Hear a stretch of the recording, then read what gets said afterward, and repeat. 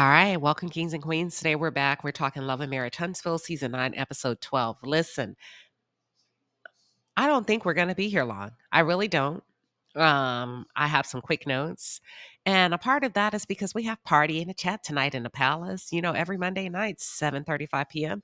Central Standard Time. And I would like to reserve a great portion of my commentary for tonight because we are going to have an open discussion tonight regarding domestic violence, the domestic violence accusations on LaBerrick Williams, y'all, a live discussion. Are we protecting Black women or not? Oh, or does it depend on who it is? So come, sit back, relax, bring your cocktails, bring your tea, bring your Sprite, your Dr. Pepper, bring your whatever, your snacks, because we're going to talk about it. And I know a lot of you are snowed in. So you got time tonight. You got time to show up and share your opinion. I cannot wait to see you all until then. But let's get into Love and Marriage Huntsville, season 9, episode 12. Listen, dear Huntsville, we do not, let me repeat, we do not drink wine from a straw. We do not. And that is coming from a Texas girl. Let's get into it. For those of you who are just tuned in, or if you're new to the channel, welcome to the palace. I am Queen Sheba. I cover a variety of hot topics specific to reality television, but most importantly, I hone in on the psychological and the behavioral traits of the Black experience. Subscribe now. I think I'm gonna skip around for the sake of it is what it is. So I want to start off by talking about this low budget party. Who paid for that? I know Destiny was in charge of throwing a quote unquote bachelorette party. Did we even see the man dance? I mean, like, y'all, this is that was ghetto. That was very low budget. I kid you not. The strippers should have been allowed to wait in the back. That's normally how it happens. Normally they come out of a cake, a box. Y'all couldn't afford a box, a cardboard box. Y'all couldn't go get one from Rent a Center. Nobody had $3 to get a box. Nobody had a back room where they can sit and wait. I mean, y'all was honed in on the girl's belly that was hanging over her bikini. They didn't have on no shoes. What the fuck? Production? Destiny, you did your girl dirty with this. Y'all, the food was in plastic containers. It looked like it was supposed to be a Caesar salad. I mean, this was horrible. Just the production of it all, the budget of it all. No, ma'am. No, ma'am. It really gave low budget. And for that and that alone, Melody should definitely walk away from the show if she has not already. This makes me ask again, Carlos King, what's going on with this budget? Destiny gave the mere minimum, the bare minimum. I'm sorry, the mere minimum. That's what it feels like. She gave the bare minimum when it came to this scene and really rolling out the red carpet for her friend Nell. Okay. Now, I'm not a reality star. I am not a reality star, and I do not make the kind of money that they make. But I will tell you this, I could have leaned in with $1,000 to help my friend or $500 to make sure we get a little bit of something on camera because that was pathetic. And I was like, oh my gosh, I would have been so embarrassed to show that. And the way y'all did that female stripper, that was just wrong. That's some nasty work, cameraman. Who is the cameraman in this scene? The way you leaned in and show that girl without her shoes on, that was horrible. Y'all could have at least gave them people the dignity of waiting in the back, hiding in the box until it was their time. Or was it ever their time to come out? Did they dance? Did they perform? Golly. And then there was a part where y'all had the stripper fixing her drawers on camera. And, oh, Lord have mercy. They didn't even get a people a robe. Do y'all not a robe? I guess they said screw the viewing audience. Y'all ain't getting nothing. Y'all gonna get the bare minimum when it comes to Love and Marriage Huntsville, because that's exactly what this episode gave. Okay. And now I'm gonna say this. If you wanted a good party, you should have picked a different hostess. Because Destiny completely dropped the ball on this one. Where was this location? If you wanted it, y'all, they didn't even have it at nighttime. Okay. That's it. That's all as it relates to this scene of Love and Marriage Huntsville. I promised you all we would not be here long, and I am going to do my best to keep my word so that we can rock out tonight and party in the chat. Bring your best arguments because it's going to go down. But I really want to talk a little bit about the Fletchers, really, really quick, if we can do that. As it relates to the Fletchers in this scene, they had a scene where were going to they were gonna do a walkthrough. And I feel like they got started off in the wrong direction for this episode because Nell said they walked in with Lance, they walked in with Kayla, it was Chris Fletcher, and it was Nell. And Nell told like the party planner or the event person, we're missing one more, meaning her other son, Lil Chris. Now, together, you and your husband have a total of 4 kids, okay? You left Lexi out. You said that you were you're only missing little Chris. Ooh, that hurt. That stung. Because my question to you, Chris Fletcher, as a grown ass man, how do you manage to pretend that your oldest child does not exist as you get on this television show and you show your family and you don't even mention Lexi? It's almost as if she's non existent. You can be at odds with your family, meaning your child, and still give a head nod in their direction and still mention them, okay, in good faith. But how do you allow your wife and how do you follow as a man by pretending your oldest daughter does not exist? Now, I'm going to say this to you and then we're going to move on. You will never have his whole heart. You'll never have his whole heart. And I know y'all have been married 30 plus years, and that's good. Congratulations to you. But the amount of years married is not equivalent to the access that you have to the heart of a man. And the reason why I feel, in my own opinion, that you will not completely have his whole heart, it's because he hasn't given it to himself. What do I mean by that? Lexi is a part of Chris. And although they are at odds, the fact that he pretends that she doesn't exist, the fact that he can make one phone call, maybe two, and sit back and not have his daughter in his life, and he loses absolutely no sleep. If he denies a piece of his heart to his own blood that was there before you came up on the scene, you'll never completely have his whole heart. Hence, hence the reason it was so easy for him to pack up and leave you for 2 years to go play house in the home of another woman and her children and walk away from his own. That's it. That's all. As it relates to that, I don't want to beat a dead horse, but that's just my opinion on that. And Lexi, I'm going to say this. This has to hurt real bad as a daughter. And I know you got a good facade and you put on a strong game based on your interview that you've done.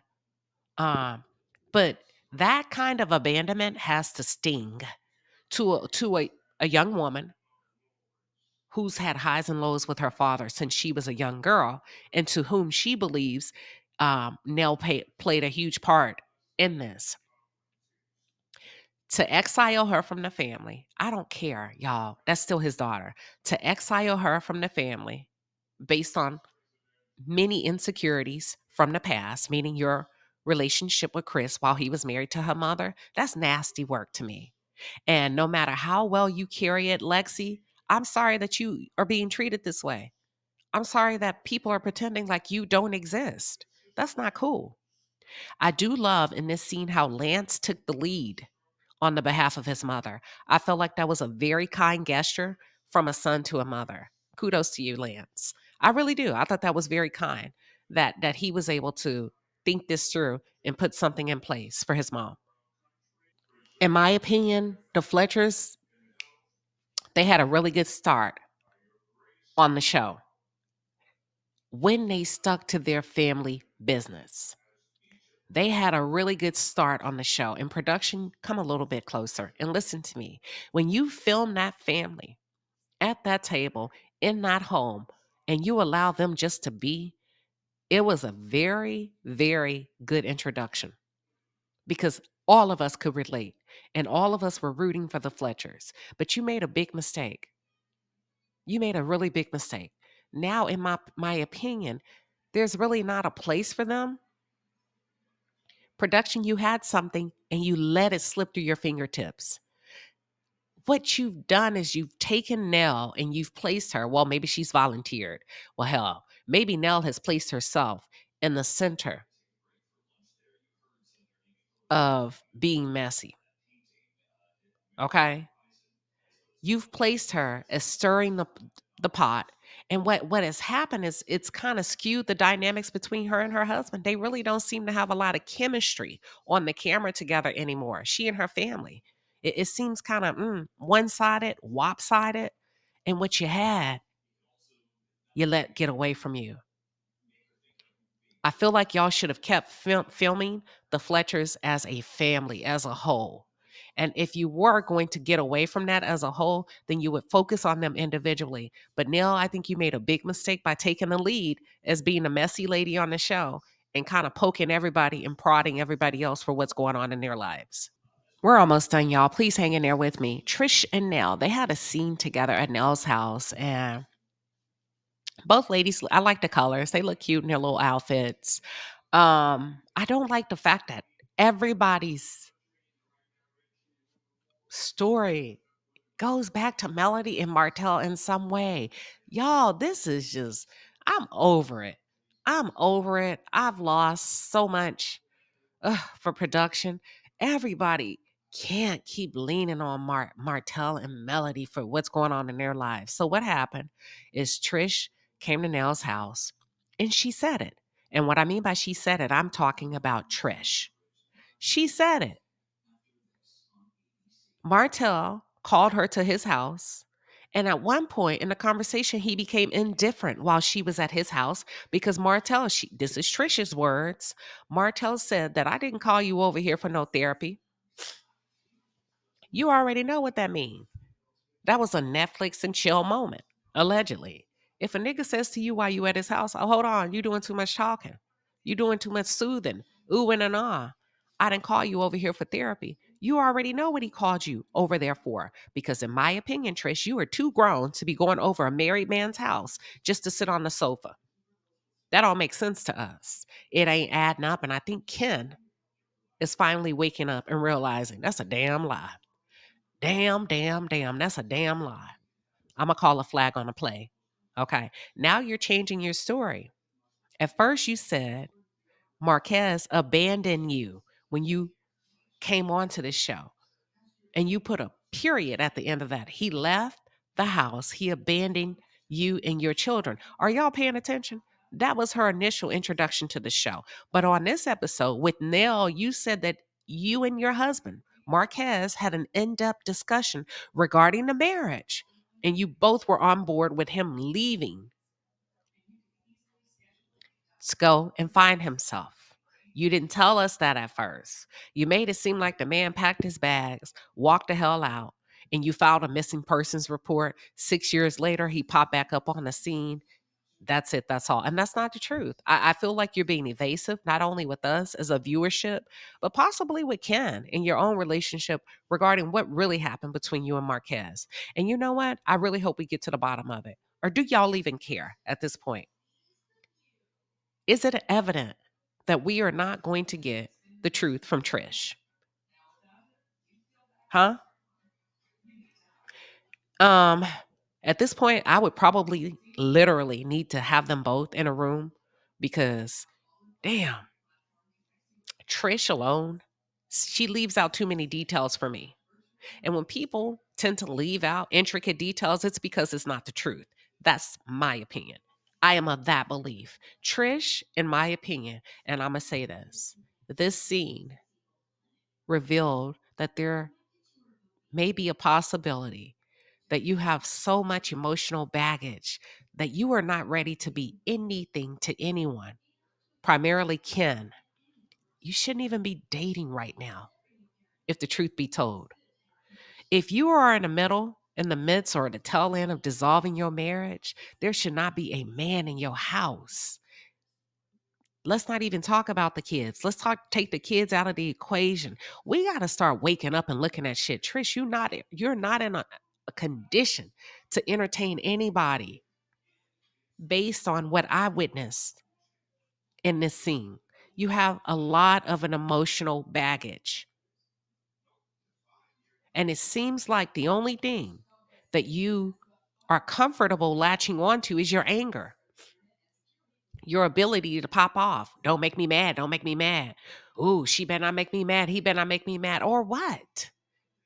Because you crashing out, that's on you. I really think you should consider pulling out of the show, focusing on your children, ending the relationship with Ken. Either you ended or he ended. You were not there, sweetheart. You were not there. I feel like your "don't make me mad" response to whatever you have going on the inside of you, it's very childish. It's a very childish response. Grow up. All right. Thanks for hanging in there. Last but not least, let me just say this. What this episode taught me or revealed to me is that Ken and Trish have a very toxic relationship. It is what it is. It is what it is, which is why you do not windmill in comments. Goals, goals. He's a good stepdad. Marquez is this. Trish ain't that. They have a very toxic relationship, according to Ken in the sit down discussion that he had with Will. Okay. It sounds like the relationship between Ken and Trish seems to be one that is simply just on the surface. It doesn't, based on Ken sharing his feelings and his emotions with his friends, it sounds like there's no emotional depth. That they're both just going through the motions. And maybe it's fun. And maybe there's some commonalities of, eating their protein and measuring their food and going to the gym and having muscles. But below that, underneath it all, it just what lies beneath. You know what I'm saying? It seems like there's nothing. And I'm going based off of the man, not even a woman. I'm not even talking about Trish cheating, not cheating, Marquez. I'm talking about what Ken has said. The man has one foot out the door. That's what it sounds like. And if we think about what Ken is saying, back up, back away from the fire. You can't see the forest because of the trees. I need you to back up. If what Ken is saying is to be believed and true, y'all can't put the dissolvement of her. Y'all cannot put this on Marquez. Let me tell you why. If you listen closely, every interview, every room that he's been in, Marquez has said the same thing Ken is saying. He said that he's experienced the same with Trish, not being able to be emotionally available in the marriage. She's wrapped tight. She suppresses. This is before her parents died that Marquez was talking about it. Okay, this is before she lost her parents and her sister. He said it's always been a struggle as a man to connect with her. Ken is saying the same thing. We cannot put this on Marquez. Obviously, there's some things there that probably should be addressed. And Trish, the only way you're going to be able to do that is to work on yourself by yourself. Even your daughter says, pause. Sometimes you need to pipe down and pause. Marquez has said it. Your daughter has said it. Ken is saying it. Y'all, the common denominator here seems to be Trisha. I'm sorry. I'm sorry for those of you that are not comfortable that sometimes women are not the end all be all. Sometimes not every woman makes a good wife or a good partner. Women can be diabolical. Women can be with the shit too. Women can put in nasty work behind the scenes too and completely disrupt their households. Women can run men off too. Let's talk about it.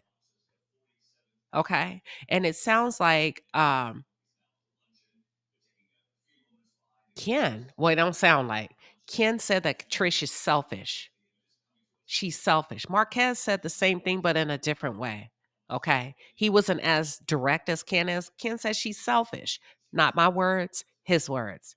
That means she's empty, y'all. She's cold. The shit looks good on the outside, but they're struggling behind closed doors. They're struggling behind closed doors. Now, Ken, I'm going to hold you accountable. You knew what it was. You didn't come in there for a long time. You came in there for a good time, but you got caught up. You came in there to hit it and quit it, Mr. Chocolate. And somehow you got caught up and now you want out because now you're trying, you were really being exposed to the mess of it all. It looks good on the outside. She's in impeccable shape. She looks great on the outside, banging body. But then what? Then what? Is it because she really has issues, or is it because you've gotten your taste of fame and you feel like you can take it from here? That's an honest question. That's an honest question. As a matter of fact, somebody inbox Ken. Tell him I want to sit down with him. I really want to have a real good interview. I really want to talk about the heart of a man when it comes to involving yourself with the married woman and really thinking that's okay. Off grip. You made a bad choice, Ken. Off grip. You came into the situation wrong. What would make you think that a married woman, yeah, we're saying she's selfish. Yeah, we're saying there's no emotional depth there. But technically, to be honest, it's not supposed to be for you anyway. She's married. Come on, I'll wait. I said I was going to save some of this for a party in the chat. So let me back off of it. But basically, what I'm trying to say is Trish is the problem. Trish seems to be the common denominator. Let's get into it. I said what I said. She's the problem. She's not good for anybody right now. She should not be in a relationship, in my opinion. His own friend, Will. Will said that Trish uses Ken as a punching bag. Now, I want to know, is it physically or is it emotionally? Ken, we need to talk. You want to talk? Hit me up. Will said it. So Ken said what he had to say. Then Will came in and said, I've never seen you allow a woman to utilize you in that manner. Y'all didn't want to hear from Marquez. Where am I going with this? We're just talking. We're just talking. We got to look at each side of the coin. I want to know, when your friend said she uses you as a punching bag, does that equate to she's aggressive behind the scenes? Is she fucking shit up in that house? I don't know. I'm asking. Is she the man in the relationship? Because what y'all are saying, what three different men have said about her, and Will is Team Ken. He damn sure ain't riding for Marquez, but if you do the math and if you listen closely, we listen, we don't judge, right? If we just listen, three men have said the same thing, Trish, that you're aggressive, that you're not soft, no femininity, okay? And then Will turn around and ask you point blank, or ask Ken point blank, why are you there? And according to Ken, he has 1 foot out the door. 1 foot out the door. Ooh, baby, that is not a good way to live. That is not a good way to live. I'm going to need to let you, Ken, I'm going to challenge you to let your nuts hang on this one. Be a big boy. If you don't want to be there, see, let me tell you what I mean by that. Follow me closely. Be a big boy. If you don't want to be there, leave. Don't wait for the next thing to happen in your favor so you can utilize that and weaponize that against her to leave. Come on, y'all. Because there's some people that really don't want to be there in some relationships, but they tell themselves, one more thing happened, I'm up out of here. And you're waiting for the one more thing. And guess what? It's going to happen because you're manifesting it anyway, as opposed to just leaving. Sit down like a big boy. Let her know. I don't think this is going to work. Nothing against you, nothing against me, but I've decided to move on. That's how you do it. That's how you do it. Now, real quick, Trish had a whole man in her house, has had a whole man in her house for almost 3 years, and she's still married. And you mean to tell me, Trisha, you looked your children in the eye and had the audacity to ask them what made them think that you and their father were going to get a divorce? You know what? I'm going to get the hell up out of here. Are you kidding me? Are you kidding me? Did you really sit? Okay, people say they love their kids, right? And your kids seem to be really nice kids, very, very well put together, beautiful children, well mannered from what I can see, articulate. Why would you insult their intelligence like that on national television and look at them and say, what makes you think we're getting a divorce? Girl, you got a whole fucking man in your house. A whole man in your house. The fuck? What'd you think they were gonna think? That he's walking around that motherfucker like the Holy Spirit? Girl, wait a minute, y'all. This lady said, "What makes y'all think?" Wait a minute. What would make y'all think we're getting a girl? Them kids know what's up. But because you lie so much, their father did what he was supposed to do. You don't play with kids like that. So their father told them the truth. Their father told them the truth. What's the point of cheating if you don't want to be with the other person like that? And what I'm saying, you done moved a whole man in. Y'all done did all of this funky two-step on social media. Y'all have attacked this guy left and right. And the whole time y'all been sitting on a toxic ass relationship, barely making it. Relationship about to blow in the wind. Frayed, falling apart at the seams. That's what I'm saying. That's all I'm saying. Sometimes the loudest ones in the room are the weakest ones. You and Ken, I do not like it. And I'm going to say it again. You and Ken, in my opinion, have used those kids for your storyline. Shame on you. And the entire time, y'all knew that y'all had some other shit going on. And y'all have been on the brinks of walking away from each other. That's nasty work to me. Living together, playing house.